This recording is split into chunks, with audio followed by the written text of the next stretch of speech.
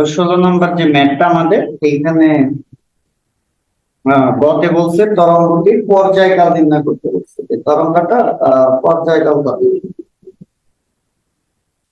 আমাদের কি কি দেওয়া আছে এটা যদি আমরা একটু দেখি যে তরঙ্গটার পর্যায়কাল নির্ণয় করতে বললো, তো এইখান থেকে একটা তরঙ্গ দেখা যাইতেছে। আমরা জানি যে এইখানে যেটা একটা মাপ দেওয়া আছে, খেয়াল করতে হবে যে 75 সেন্টিমিটার। তার মানে এইখান থেকে আমাদের ল্যাম্বডা বের করা যাবে, কিন্তু 70 সেন্টিমিটার কিন্তু এই জায়গা থেকে মার্ক করা না, অর্থাৎ একদম এইখান থেকে শুরু করা না। এটা দাগটা খেয়াল করতে হবে, এই জায়গা থেকে যে এই পর্যন্ত। আমরা যদি এইখান থেকে হিসাব করি, এই পর্যন্ত হইতেছে একটা ল্যাম্বডা।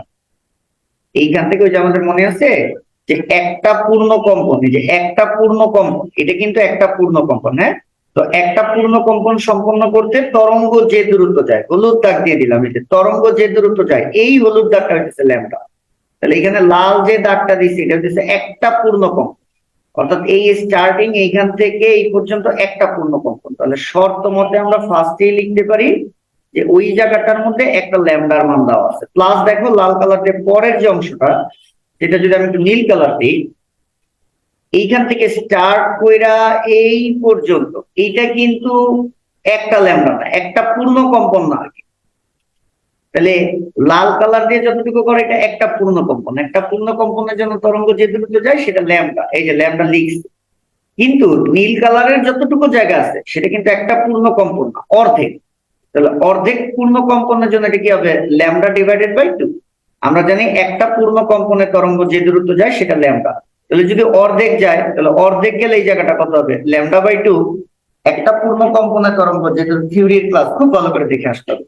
একটা পূর্ণ কম্পনের তরঙ্গ যে দূরত্ব যায় সেটা হচ্ছে ল্যাম্বডা। যেহেতু এটা অর্ধেক গেছে তাহলে ল্যাম্বডা বাই 2। এবং এই দুইটা মিলে উদ্দীপকে যে মার্ক করা দাগটা, এটা দিচ্ছে 75 সেন্টিমিটার। তাহলে এটা হচ্ছে 75।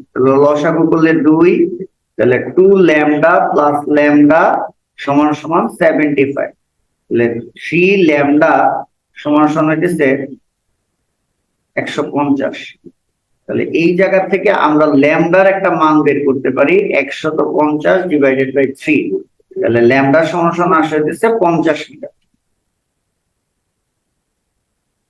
আচ্ছা সরি, এটা 50 মিটার তো না, এটা যেহেতু সেন্টিমিটার দেওয়া 75টা, তাহলে এটাও কিন্তু সেন্টিমিটার।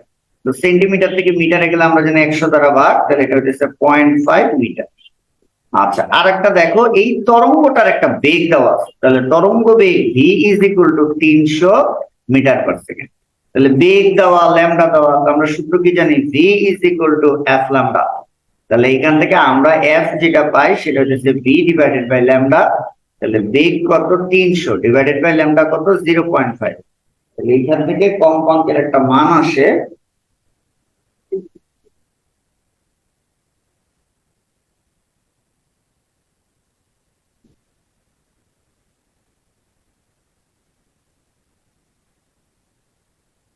এখান থেকে কিন্তু আমরা কম্পাঙ্কের একটা মান পাই, সেটা হচ্ছে 600 হার্জ। তো আমারে বলছে কিন্তু তরঙ্গটার পর্যায়কাল বের করতে। কেন আমি কম্পাঙ্ক বের করলাম, কারণ পর্যায়কালের যে সূত্রটা আমি জানি, পর্যায়কাল কমা পর্যায়কাল কমা বড় হাতের টি সমান সমান 1 ডিভাইডেড বাই এফ। তাহলে এই কারণে কিন্তু আমি V is equal two F lambda সূত্র কাটায় এফ এর মান বের করছি, সেটা কত, 600। 600 ইনভার্স করলে যে মানটা আসতেছে সেটা হইতেছে পর্যায়কাল টি এর যে মান 1.67 into 10 to the power -3 second. এই হইতেছে এটা আমার অ্যান্সার।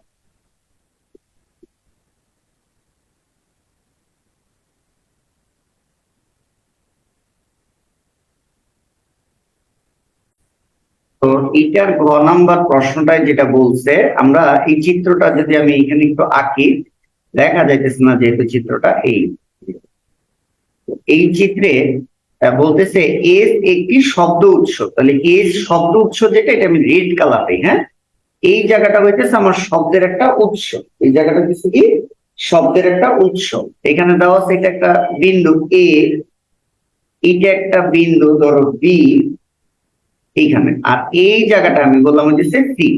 তো এতটুকু হইতেছে আমার পানি দ্বারা আছে, এই যে পানি আছে, এই যে এতটুকু পানি আছে। তো পানি আছে কতটুকু, পানি আছে হইতেছে তোমার 25 মিটার। এটা প্রশ্নে দেওয়া আছে 25 মিটার পানি আছে। তাহলে বাতাস খালি জায়গা কতটুকু, যে এতটুকু জায়গা খালি, ঠিক আছে, এতটুকু জায়গা কিন্তু খালি। এখন এতটুকু জায়গার কি মান বের করা যাবে, বা এই যে পুরা এসি এর মান বের করা যাবে কিনা? হ্যাঁ, পুরা এসি এর মানটা বের করা যাবে। তাহলে এইখানে শর্তে একটা কথা লিখছি, কথাটা যদি আমরা একটু লিখি যে দাওয়া আছে যেটা, হ্যাঁ দাওয়া আছে, কি দাওয়া আছে যে বিসি সমান সমান 1/3 এসি। তাহলে বিসি এই যে এতটুকুর মান কিন্তু উদ্দীপকে দেওয়া আছে কত, 25 মিটার। তাহলে বিসি এর জায়গায় 25 1/3 এসি।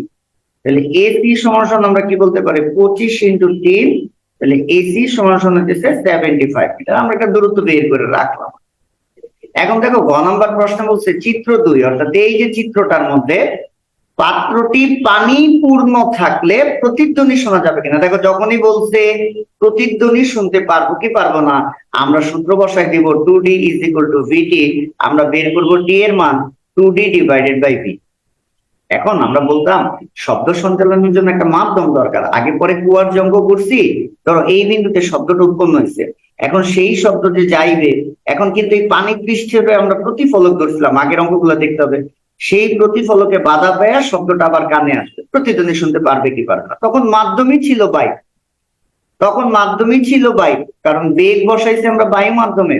এখন প্রশ্নের শুরুতেই বলছে চিত্র 2 এর পাত্রটি পানি পূর্ণ থাকলে, আবার বলতেছি পানি পূর্ণ থাকলে, কি থাকলে, পানি পূর্ণ থাকলে, তার মানে এখন এটাকে পানি দ্বারা ভর্তি করে দিব। এই দেখো এখন কিন্তু পুরাটা পানি দ্বারা ভর্তি করাই দিচ্ছি, দেখছো, খেয়াল করতে হবে। বলছে কি প্রতিধ্বনি শুনতে পারবো কিনা, আমি সূত্র বসাইছি 2D = VT। এখন বলছে পানি পূর্ণ, তার মানে এবার পুরাটা পানি দ্বারা ভর্তি। তাহলে এবার মাধ্যমটাই কি আমার জন্য, আমি এখানে একটু লিখি মাধ্যম।